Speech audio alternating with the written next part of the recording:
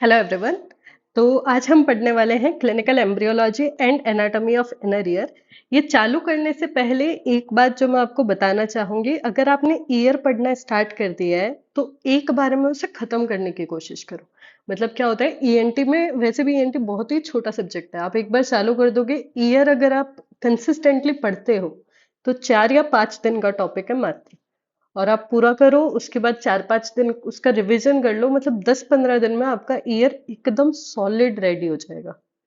तो इसीलिए ट्राई करो कि कंसिस्टेंट रहो, लेक्चर्स लो लगातार। दिन में 4-5 लेक्चर लो ताकि आपका 4-5 दिन में कवर हो जाए पूरा। और उसके साथ साथ जब भी आप ईएनटी पढ़ रहे हो तो एक चीज हमेशा याद रखो कि सीक्वेंस से चलो। मतलब सबसे पहले आपको बेसिक्स ऑफ ईयर पढ़ना है, अब हमने उसके बाद एनाटॉमी ऑफ इनर ईयर चालू की है। कई लोग सीधा मिडल ईयर पे चले जाते हैं, लेकिन ऐसा नहीं होना चाहिए, क्योंकि मिडल ईयर में बहुत सारे स्ट्रक्चर्स होते हैं जिनकी ओपनिंग सीधा इनर ईयर में होती है, जो समझ में तभी आते हैं जब आपको इनर ईयर की एनाटॉमी पता होती है। तो पहले एक प्रॉपर सीक्वेंस पता करो कि कैसे पढ़ना होता है, और उसके बाद पढ़ाई चालू करो। ओके, तो इसी के साथ हम चलते हैं अपने टॉपिक पे, clinical embryology and anatomy of inner ear. इसमें हम क्या क्या पढ़ेंगे? एनाटॉमी, एम्ब्रियोलॉजी और उससे रिलेटेड क्लिनिकल एस्पेक्ट्स। अब सबसे पहले देखो, इनर ईयर का एक और नाम होता है, क्या होता है? लेबिरिंथ। ठीक है, इनर ईयर को हम लेबिरिंथ भी बोलते हैं, ये चीज याद रखो। अब इसमें दो पार्ट्स होते हैं, एक होता है मेम्ब्रेनस लेबिरिंथ और एक होता है बोनी लेबिरिंथ। बस यही होता है इनर ईयर। इन दो स्ट्रक्चर से पूरा इनर ईयर बनता है। ठीक है, अब हम देखते हैं कैसे। तो जो मेम्ब्रेनस लेबिरिंथ होता है ना, वो होता है क्लोज्ड सैक लाइक स्ट्रक्चर। ये देखो, ये आप देख रहे हैं, ये रहा, ये है मेम्ब्रेनस लेबिरिंथ। ठीक है, इसके अंदर प्रेजेंट होता है एंडोलिम्फ, जो फ्लूइड रहता है वो होता है एंडोलिम्फ। अब क्या होता है, मेम्ब्रेनस लेबिरिंथ पूरा क्लोज्ड सैक लाइक स्ट्रक्चर है। मतलब ये चीज गांठ बांध लो, बहुत अच्छे से याद रखनी है कि क्लोज्ड सैक लाइक स्ट्रक्चर, इसका मतलब ये ना कहीं ओपन होता है ना कुछ और, इसका कहीं से कोई कनेक्शन नहीं होता है। ठीक है, अब इसके अंदर जो फ्लूइड होता है उसे हम बोलते हैं एंडोलिम्फ। अब देखो, इसमें sensory organs of hearing and balance present होता है। कहाँ पे? मेम्ब्रेनस लेबिरिंथ में। इसीलिए जरूरी है कि इसके बाहर से एक प्रोटेक्शन हो। तो उसके लिए आता है बोनी लेबिरिंथ। बोनी लेबिरिंथ क्या होता है? बोन के प्रोटेक्शन अराउंड मेम्ब्रेनस लेबिरिंथ। अब देखो क्या होता है, बोनी लेबिरिंथ के अंदर जो फ्लूइड होता है ना, उसे हम बोलते हैं पेरिलिम्फ, और उसके अंदर प्रेजेंट है मेम्ब्रेनस लेबिरिंथ। तो मेम्ब्रेनस लेबिरिंथ के अंदर हुआ एंडोलिम्फ और बाहर हुआ पेरिलिम्फ, तो ये फ्लूइड में तैरता रहता है। ठीक है, आई समझ में बात? अब देखो, बोनी लेबिरिंथ मतलब साउंड कैसे ट्रांसमिट होता है? सबसे पहले आया अपने एक्सटर्नल ऑडिटरी कैनाल में, पिन्ना से, है ना। इसके बाद आया मिडल ईयर में, अब वो जाएगा इनर ईयर में, राइट। मतलब साउंड को ट्रांसमिशन के लिए कोई तो कनेक्शन होना चाहिए मिडल ईयर इनर ईयर के बीच में भी। इसके बाद वो ब्रेन में जाएगा, एनालाइज होगा, तो इधर भी कोई कनेक्शन होना चाहिए। लेकिन हमने बात कर ली मेम्ब्रेनस लेबिरिंथ, तो क्लोज्ड सैक लाइक स्ट्रक्चर है, इसकी तो कहीं पे ओपनिंग है ही नहीं। और लेबिरिंथ में मतलब इनर ईयर में हमने दो स्ट्रक्चर पढ़ी है, मेम्ब्रेनस और बोनी। तो मेम्ब्रेनस की कहीं ओपनिंग नहीं है, इसका मतलब बोनी की होगी। तो बोनी लेबिरिंथ में कनेक्शंस होते हैं मिडल ईयर और ब्रेन के साथ। ठीक है, अब आगे चलते हैं, हम क्या क्या पढ़ने वाले हैं इसमें। तो सबसे पहले हम पढ़ेंगे structure and functions of membranous labyrinth, of bony labyrinth, connections of bony labyrinth, कहाँ कहाँ से थे? इनर ईयर और ब्रेन, वेरी गुड, और डेवलपमेंट इन दोनों का। तो सबसे पहले एम्ब्रियोलॉजी पार्ट पे आते हैं, डेवलपमेंट देखते हैं। तो जो मेम्ब्रेनस लेबिरिंथ होता है ना अपना, पहले हम पूरी इनर ईयर की बात करते हैं। तो इनर ईयर डेवलप होता है ऑर्टिक प्लेकॉर्ड से। ठीक है, हाइंड ब्रेन के अराउंड जो सरफेस एक्टोडर्म होती है, उसमें एक स्पेशलाइज्ड एरिया बनता है जिसे हम ऑर्टिक प्लेकॉर्ड बोलते हैं। तो ओरिजिन कहाँ से हुआ है इनर ईयर का? सरफेस एक्टोडर्म से। फिर उस सरफेस एक्टोडर्म से बना ऑर्टिक प्लेकॉर्ड, ऑर्टिक प्लेकॉर्ड फिर कन्वर्ट हुआ ऑर्टिक पिट में। ठीक है, इसके बाद में ये पिट एक्टोडर्म से सेपरेट हो गई और इसने बना दी ऑर्टिक वेसाइकल। अब ऑर्टिक वेसाइकल से हमारे फर्दर स्ट्रक्चर्स बनते हैं मेम्ब्रेनस लेबिरिंथ के। ठीक है, ये क्या है? मेम्ब्रेनस लेबिरिंथ का डेवलपमेंट है ये। तो अगर आपसे कोई पूछता है कि मेम्ब्रेनस लेबिरिंथ कौन सी स्ट्रक्चर से बना होता है, मतलब कौन सी लेयर से बना हुआ होता है, तो सरफेस एक्टोडर्म से। Very good. अब देखो हमने क्या देखा, ओटिक वेसाइकल सेपरेट हो गई, इसके बाद क्या होता है, इसमें मॉडिफिकेशंस होते हैं, इसकी स्ट्रक्चर चेंज होती रहती है, आउट ग्रोथ्स निकलती है। जैसे पहली आउट ग्रोथ निकली उसे क्या बोला हमने, एंडोलिम्फेटिक सैक। उसके बाद में ये दो आउट पाउचिंग्स निकल जाती है, पहले एक आउट पाउचिंग थी अब दो हो गई। तो ऊपर वाला तो बन गया वेस्टिबुलर पार्ट, नीचे वाला हो गया कॉक्लियर पार्ट, और ये क्या है अपना एंडोलिम्फेटिक सैक। अब देखो जहां पे भी आपको ये दिखेगा ना ये वाला कलर, ये होगा पार्स सुपीरियर, और जहां पे भी ग्रीन कलर दिखता है वो होता है पार्स इंफीरियर। कैसे, पार्स सुपीरियर और पार्स इंफीरियर एक उससे माना गया है कि इनके बीच में एक लाइन बना दी गई है कि ये चीजें पार्स सुपीरियर से ओरिजिनेट हुई हैं और ये चीजें पार्स इंफीरियर से ओरिजिनेट हुई हैं। ठीक है, तो ताकि आपको कलर इसीलिए अलग अलग किया है ताकि आपको याद रहे हमेशा, वो पिक्चर वाली मेमोरी थोड़ी ज्यादा याद रहती है ना।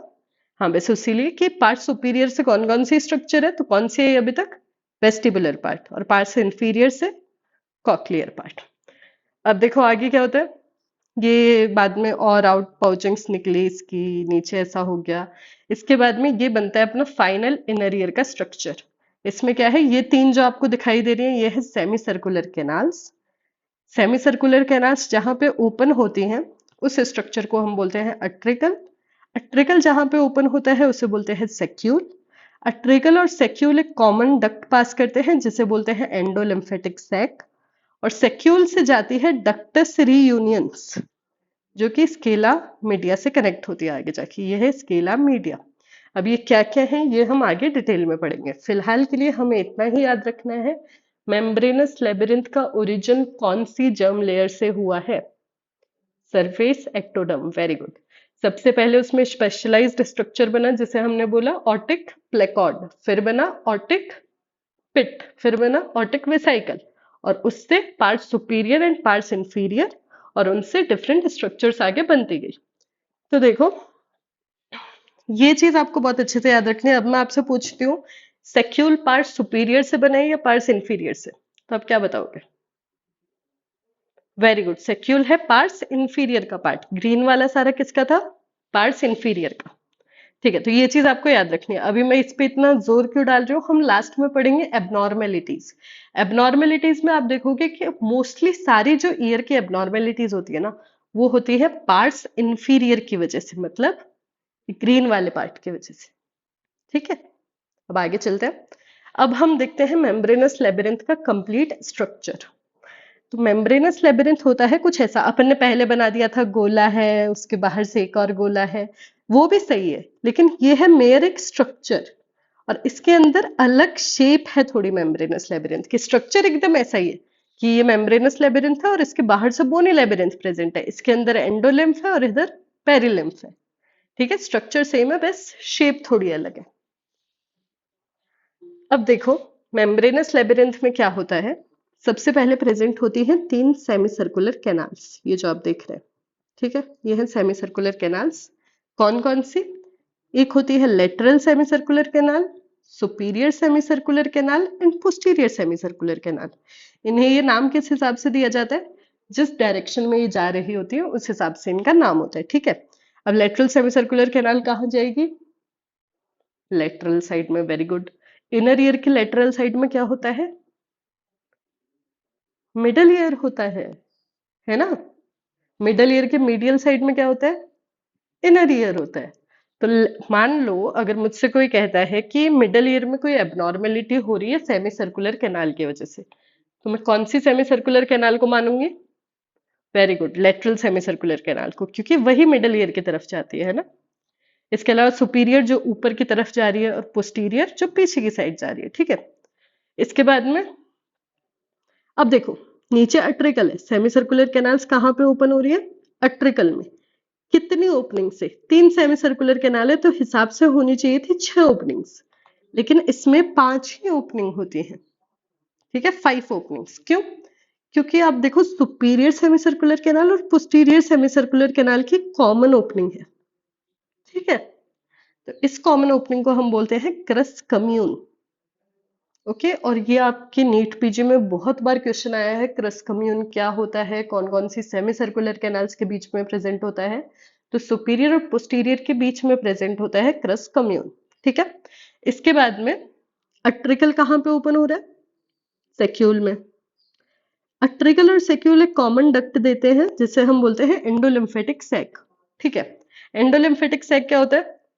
एंडोलिम्फ को एब्जॉर्ब करने का काम करता है।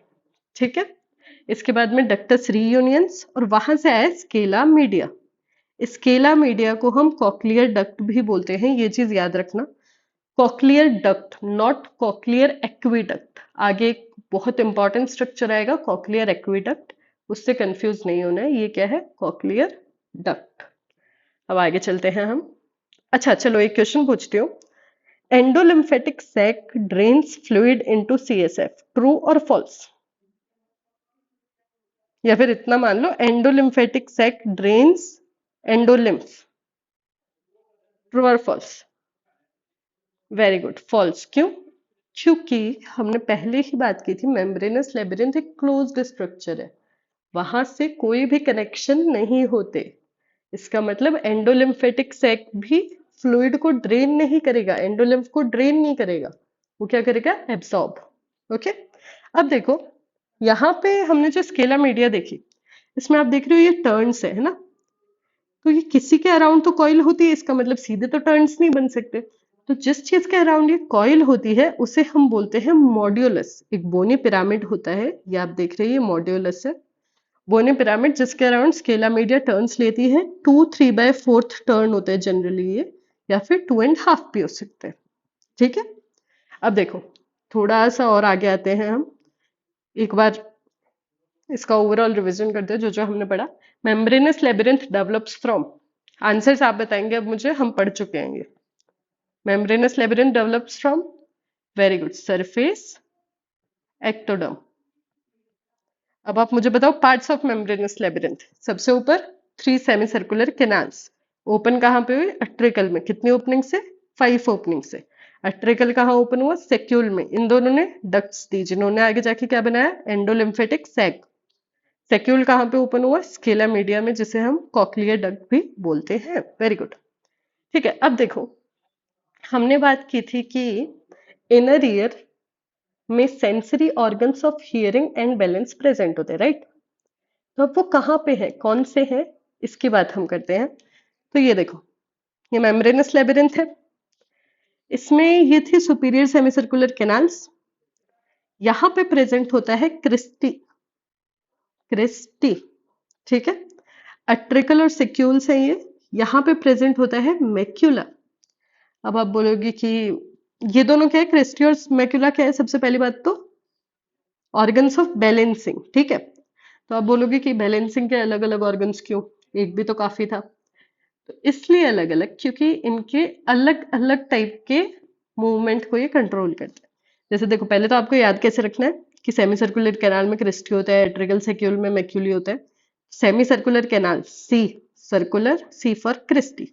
ठीक है, और बच्चा मैक्यूला, वो एट्रिकल और सेक्यूल में प्रेजेंट रहता है। अब देखो क्रिस्टी में आर आर है, ये होता है रोटेशनल एक्सेलरेशन के लिए।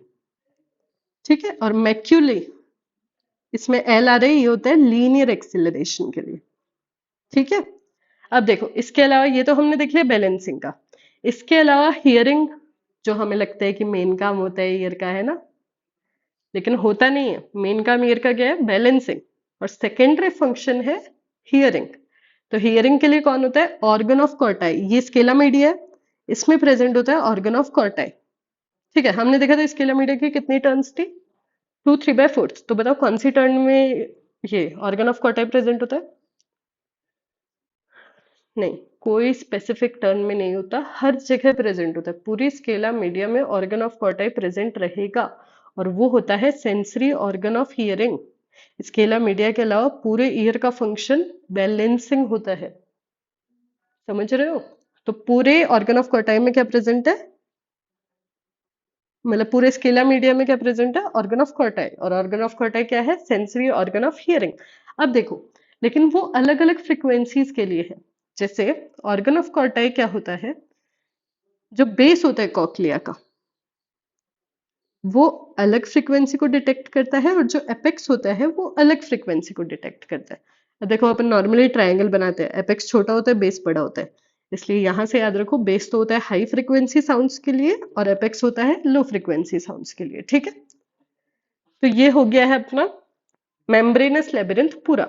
हमने इसके सेंसरी स्ट्रक्चर्स पढ़ लिए, कहाँ से ओरिजिनेट हो रहा है ये पढ़ लिया, कौन कौन से इसके पार्ट्स है ये पढ़ लिया। आई होप सबको समझ में आ गए होंगे। इसके अलावा एक छोटी सी चीज जो हमने छोड़ दी, हमने ऊपर देखो ये डायग्राम देखा है सेमी सर्कुलर कैनाल्स का। ऐसे होती नहीं है सेमी सर्कुलर कैनाल। ये लेटरल सेमी सर्कुलर कैनाल कुछ ऐसे रहती है। अब ये हमने ऐसे बनाया क्योंकि हमें ओपनिंग्स वगैरह देखनी थी तो समझने के लिए। बाकी जनरली ऐसा होता है इनर ईयर। अब इसमें से हमें आइडेंटिफाई करनी होती है कि कौन सी लेटरल सेमी सर्कुलर है, कौन सी सुपीरियर, कौन सी पोस्टीरियर। तो वो हम कैसे करेंगे? डायरेक्शन के हिसाब से। लेटरल तो बहुत इजी है डिफाइन करना, वो तो लेटरली जा रही होगी जो मिडल ईयर की तरफ, मतलब हम अगर इनर ईयर में जा रहे हैं तो कहाँ से जाएंगे? मिडल ईयर के थ्रू।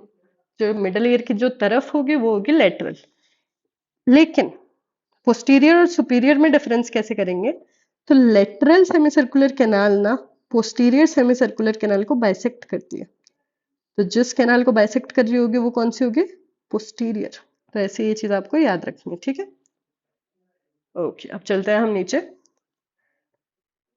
ये आप लोग मुझे बताएंगे, 3 semi circular canals, lateral, superior, posterior, इसमें कौन सा सेंसरी एंड ऑर्गन प्रेजेंट है? Very good cristae. फंक्शन क्या है क्रिस्टी का? Rotational acceleration.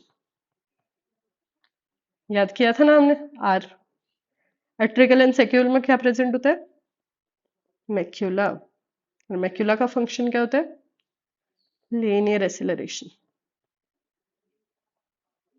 स्केला मीडिया में ऑर्गन ऑफ कोर्टाई, उसका फंक्शन क्या है? हियरिंग। एपिकल टर्न कौन से साउंड्स को हियर करता है? Low frequency. और बेसल हाई फ्रीक्वेंसी। ठीक है, इसके अलावा एक छोटी सी चीज और होती है, ये जो आप देख रहे हैं ना, चलो वो बाद में देखते हैं, अभी के लिए इतना ही, आगे चलते हैं। एक, हाँ, एक और बड़ी बात, अगर आपके कान में दर्द हो रहा है, ठीक है, तो बहुत क्लियरली आप ये बता सकते हो कि आपको एक्सटर्नल ईयर या फिर मिडल ईयर की कोई पैथोलॉजी है। इनर ईयर की पैथोलॉजी में कभी भी पेन नहीं होता है। क्यों? क्योंकि इनर ईयर में sensory nerves for pain absent होती हैं। ठीक है, तो ये बहुत ही मतलब इंटरेस्टिंग चीज है, याद रख सकते हो। अब हम आते हैं बोनी लेबिरिंथ पे। बोनी लेबिरिंथ क्या था? Protective covering around membranes labyrinth. कहाँ से डेवलप हुई? मीजोडर्म से। मीजोडर्म से बना कार्टिलेज, उस कार्टिलेज से बना बोन, जिसे हम बोलते हैं एनकॉन्ड्रल ऑसिफिकेशन। तो bony labyrinth is made by enchondral ossification in mesoderm. अब देखो, हाँ ये मैं आपसे पूछ चुकी हूँ वैसे तो पहले भी, एक बार फिर से रिवीजन कर लेते हैं। कोई भी मिडल ईयर पैथोलॉजी है तो वो कौन सी सेमी सर्कुलर कैनाल की वजह से? Very good, lateral semi circular canal. ठीक है, अब हम आगे चलते हैं, ये देखते हैं। ये है बोनी लेबिरिंथ का स्ट्रक्चर। अब देखो, बोनी लेबिरिंथ क्या है? मेम्ब्रेनस लेबिरिंथ के अराउंड जो बोनी स्ट्रक्चर प्रेजेंट है वो। आप मुझे मेम्ब्रेनस लेबिरिंथ के पार्ट्स बताएंगे, मैं आपको उसके बाहर से कौन सा बोनी लेबिरिंथ है ये बताऊंगी, ठीक है? अब बताओ, ऊपर ही ऊपर ये जो सेमी सर्कुलर कैनाल्स प्रेजेंट है, अरे ये तो मैंने खुद ही बता दिया ये जो ऊपर ही ऊपर स्ट्रक्चर प्रेजेंट है ये क्या है? Semi circular canals. तो इसके बाहर की तरफ जो बोनी लेबिरिंथ होगा वो क्या होगा? उसे भी सेमी सर्कुलर कैनाल्स ही बोलेंगे। ये पोस्टीरियर, ये सुपीरियर और ये लेटरल, ठीक है। ये कहाँ पे ओपन होती है? अट्रिकल और सेक्यूल में। अट्रिकल और सेक्यूल के अराउंड जो बोनी लेबिरिंथ होगा उसे क्या बोलेंगे? वेस्टिब्यूल, ठीक है। अब मुझे बताओ कि अट्रिकल और सेक्यूल डक्ट्स देती हैं एक एक, और वो आगे जाके ज्वाइन होती है उस स्ट्रक्चर को क्या बोलते हैं? Endolymphatic sac. तो उसके बाहर से जो बोनी लेबिरिंथ होगा उसे हम बोलेंगे वेस्टिबुलर एक्विडक्ट, ठीक है, क्योंकि वेस्टिब्यूल से निकल रही है ये। इसके बाद ये होती है Scala media, right. Scala media के बाहर से जो प्रेजेंट होगा उसे क्या बोलेंगे? तो यहाँ पे आता है थोड़ा सा मजेदार सेगमेंट, कि स्केला मीडिया बोनी लेबिरिंथ को दो पार्ट्स में डिवाइड करती है, एक ऊपर वाला और एक नीचे वाला पार्ट, ठीक है। ऊपर वाला वेस्टिब्यूल से आता है तो उसे हम बोलते हैं स्केला वेस्टिबुलाई, और ये जो नीचे वाला पार्ट है इसे हम बोलते हैं स्केला टिम्पेनाई, ठीक है। अब देखो, ये हो गया स्केला मीडिया, इसने डिवाइड कर दिया बोनी लेबिरिंथ को दो में। अब स्केला वेस्टिबुलाe और स्केला टिम्पेनाe आगे जाके ज्वाइन होती हैं, किसकी वजह से? हेलिकोट्रेमा। तो उसका फंक्शन क्या होता है? Connects scala vestibuli and tympani. ये भी आपको याद रखना है। अब बेसिक्स ऑफ ईयर की जो वीडियो थी उसमें हमने पढ़ा था कि superior semicircular canal base of skull में बल्ज आउट होती है और एक एमिनेंस बनाती है। उस एमिनेंस का नाम क्या होता है?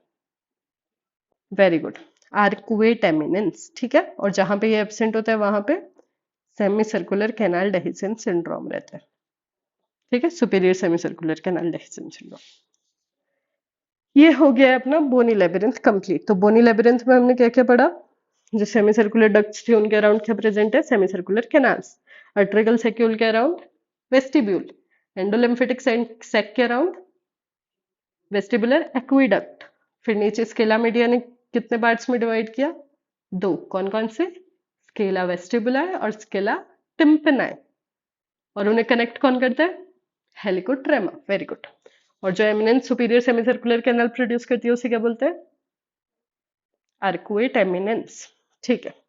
अब एक चीज और, ये जो वेस्टिब्यूल हमने पढ़ा ना, अट्रिकल के अराउंड जो वेस्टिब्यूल होता है उसे हम बोलते हैं इलेप्टिकल रिसिस, और सेक्यूल के अराउंड जो होता है उसे हम बोलते हैं स्फेरिकल रिसिस। ठीक है, ये सेक्यूल वाला आप एस एस से याद रख लेना, स्फेरिकल रिसिस अराउंड सेक्यूल। ठीक है, अब आगे चलते हैं। वही एक बार फिर से रिवीजन कर लेते हैं। मेम्ब्रेनस लेबिरिंथ कहाँ से डेवलप हुई? सरफेस एक्टोडर्म से। बोनी लेबिरिंथ मेसोडर्म से एनकॉन्ड्रल ऑसिफिकेशन के थ्रू। कितने ऑसिफिकेशन सेंटर्स? 14। ये बहुत बार पूछते हैं कि कितने ऑसिफिकेशन सेंटर, फर्स्ट ईयर में तो बहुत ही पूछते हैं एनाटॉमी में, है ना। क्लेवाइकल के कितने ऑसिफिकेशन सेंटर्स होते हैं, पूछा होगा ना आपसे भी वाइवा में। कल ढूंढ के आना क्लेवाइकल के कितने ऑसिफिकेशन सेंटर्स होते हैं। अब आते हैं हम सेमी सर्कुलर डक्ट्स के अराउंड बोनी लेबिरिंथ का कौन सा पार्ट होता है? Very good, semi circular canal से होता है। अट्रिकल के अराउंड, अट्रिकल और सेक्यूल दोनों के अराउंड होता है वेस्टिब्यूल। और वेस्टिब्यूल के भी दो पार्ट, अट्रिकल के अराउंड जो उसे क्या बोलते हैं? इलेप्टिकल रिसिस, और जो सेक्यूल के अराउंड है उसे स्फेरिकल रिसिस। और स्केला मीडिया के अराउंड क्या होता है? स्केला टिम्पेनाe और स्केला वेस्टिबुलाe। उन दोनों को हम साथ में बोलते हैं बोनी कॉक्लिया। बोनी कॉक्लिया प्रेजेंट होता है, ऊपर की तरफ होता है स्केला वेस्टिबुलाe और नीचे स्केला टिम्पेनाe। ठीक है, अब हम चलते हैं आगे कनेक्शंस पे। मिडल ईयर इनर ईयर के बीच में कौन से कनेक्शंस होते हैं, और इनर ईयर और ब्रेन के बीच में कौन से कनेक्शंस होते हैं? तो सबसे पहले देखो, मिडल ईयर और इनर ईयर के बीच में जो पहला कनेक्शन होता है उसे हम बोलते हैं ओवल विंडो। तो ओवल विंडो को हम डायग्राम में देखते हैं। ये देखो, ये जो पार्ट आप देख रहे हो ये है ओवल विंडो। ठीक है, ओवल विंडो कहाँ से कनेक्टेड होती है?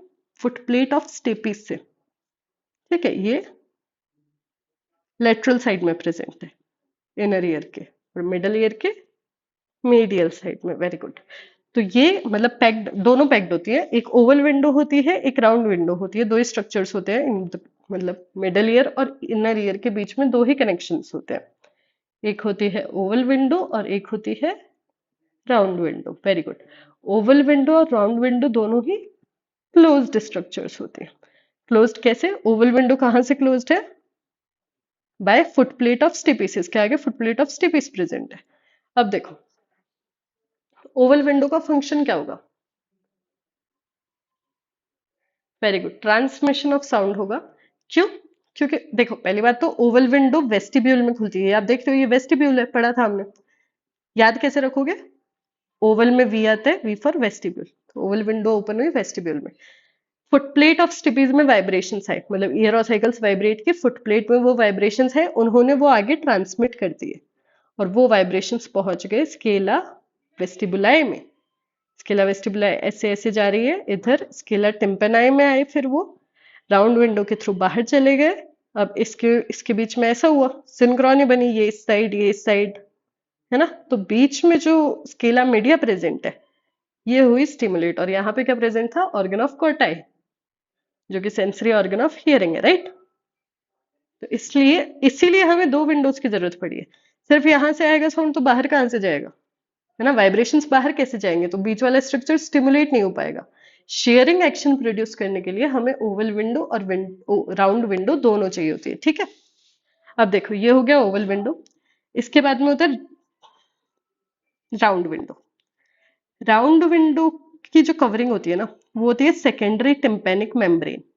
जैसे इसके आगे फुटप्लेट ऑफ स्टेपीज है, वैसे इसके आगे होती है सेकेंडरी टिम्पेनिक मेम्ब्रेन, ठीक है। और ये ओपन होती है, जैसे ये कहाँ पे हुई, वेस्टिब्यूल में। ये होती है स्केला टिम्पेनाई में।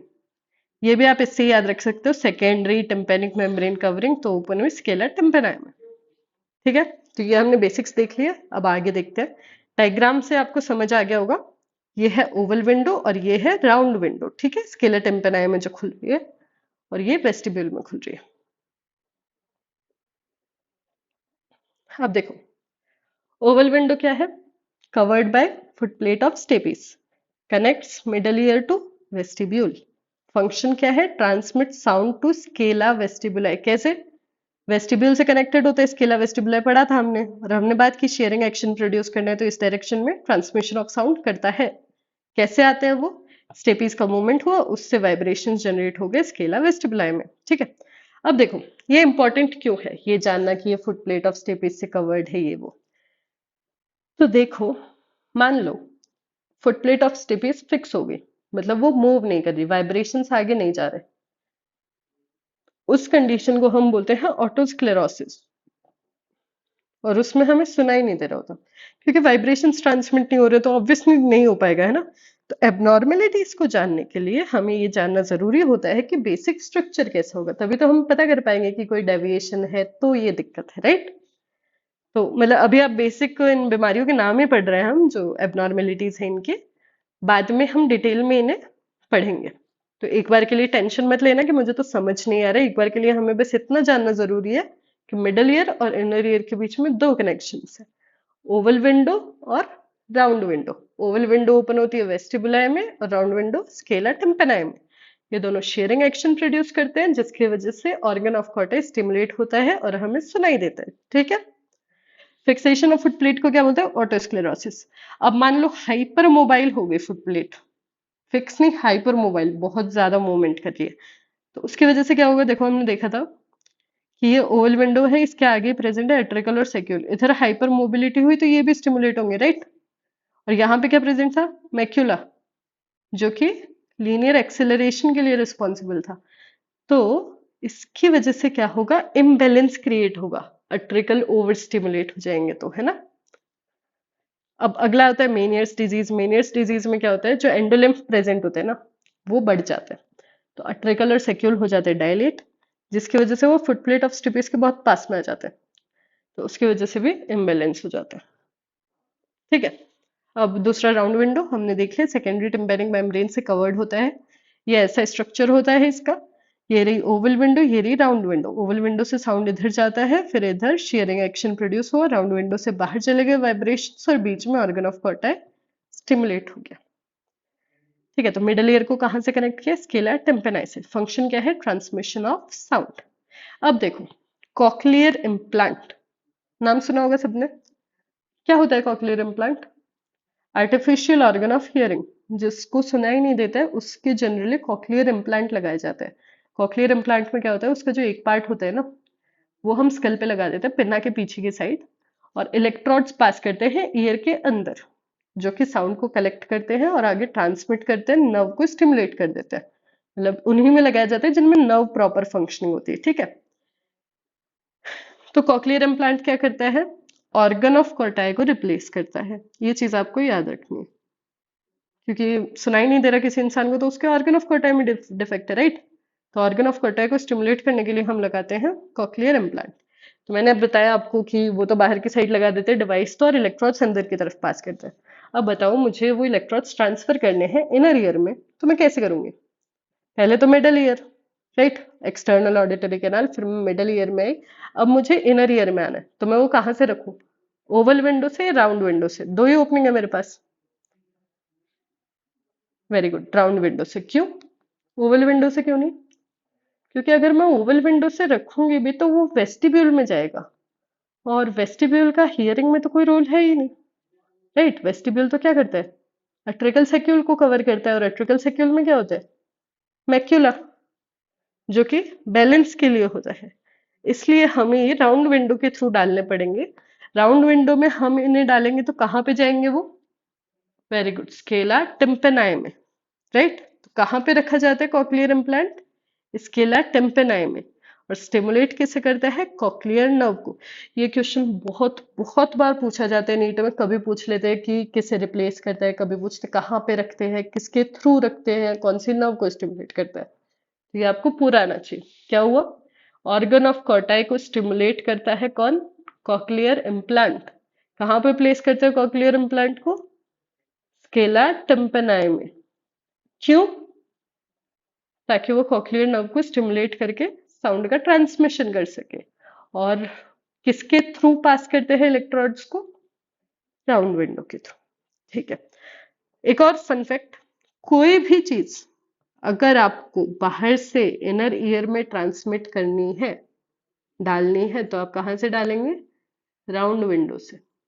जैसे हम ड्रग्स भी पास करते हैं कई बार, जेंटामाइसिन हो गया, स्टेरॉइड्स हो गए, ये हमें इंजेक्ट करने पड़ते हैं, तो ये हम हमेशा राउंड विंडो के थ्रू इंजेक्ट करते हैं। ये छोटा सा करेक्शन है यहाँ पे, थ्रू राउंड विंडो। ओके, अब आगे चलते हैं। इनर ईयर मतलब मिडल ईयर और इनर ईयर में क्या कनेक्शंस थे हमने पढ़ लिए। अब इनर ईयर और ब्रेन में क्या कनेक्शंस होते हैं, एक आप बताओगे एक मैं बताऊंगी। Very good, basics of year में हमने क्या पढ़ा था? इनर ईयर और ब्रेन के बीच में प्रेजेंट होता है इंटरनल अकाउस्टिक मीटस, जो कि सेवंथ और एट्थ क्रेनियल नर्व के लिए पैसेज की तरह एक्ट करता है। दूसरा होता है कॉक्लियर एक्वीडक्ट, जिसकी मैंने पहले भी बात की थी कि कॉक्लियर डक्ट से कंफ्यूज नहीं करना है ना? आया ना आप समझ में? कॉक्लियर डक्ट क्या है?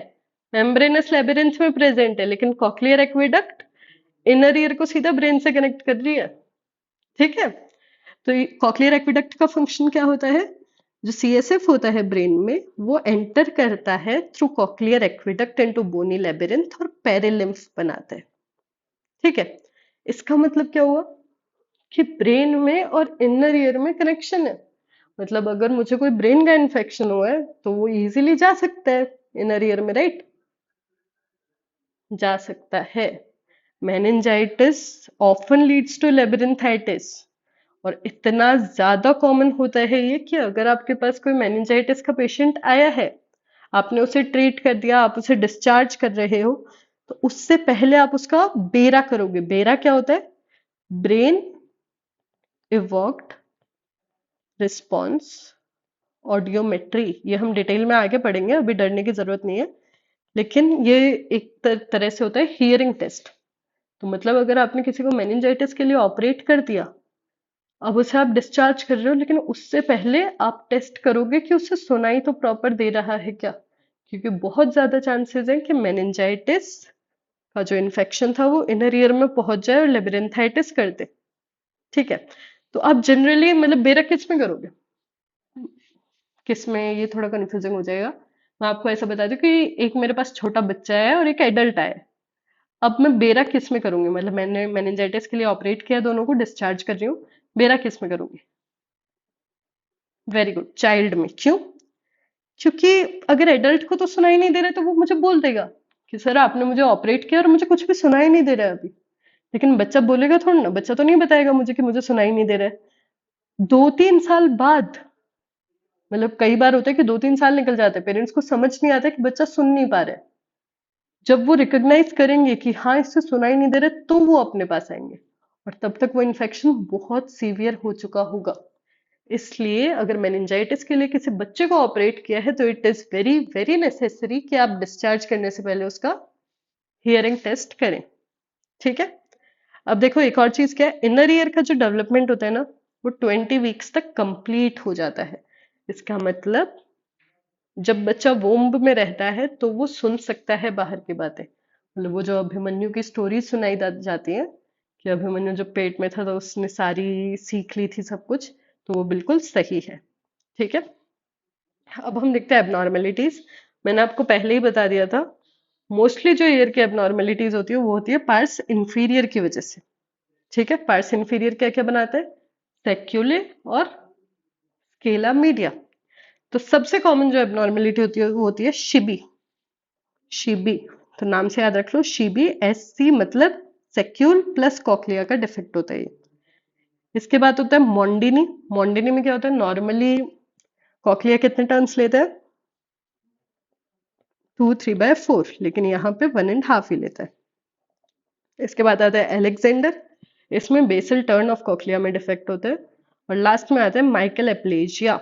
माइकल एप्लेजिया मतलब complete absence of inner ear, मतलब मेम्ब्रेनस और बोनी लेबिरिंथ दोनों ही प्रेजेंट ही नहीं है, एब्सेंट है। तो अब मुझे बताओ, किसी को माइकल एप्लेजिया तो उसमें हम कॉकलियर इम्प्लांट कर सकते हैं क्या? बिल्कुल नहीं कर सकते, क्योंकि आप कैसे करोगे, आप रखोगे कहाँ पे उसे, हम कहाँ पे प्लेस करते हैं कॉकलियर इम्प्लांट को, स्केलेटन पेनाई में, लेकिन इसमें लेबिरिंथ ही एब्सेंट है। ठीक है, तो ये एक कॉन्ट्रा इंडिकेशन होता है कॉकलियर इम्प्लांट के लिए, माइकल एप्लेशिया।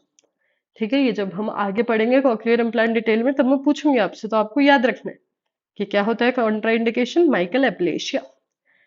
तो ये हो गया है आपका इनर ईयर का एम्ब्रियोलॉजी और एनाटॉमी कंप्लीट। रेगुलर स्टडी करते रहिए, याद रखो consistency is the key. Consistent रहोगे तो पढ़ पाओगे, वरना आज 2 टॉपिक पढ़े, परसों 2 पढ़े तो भूल जाओगे सारा। इसलिए लगातार, अगर आपसे दिन में 2 लेक्चर लिए जा रहे, 2 ही लो, लेकिन लगातार लो। All the best for your studies, thank you.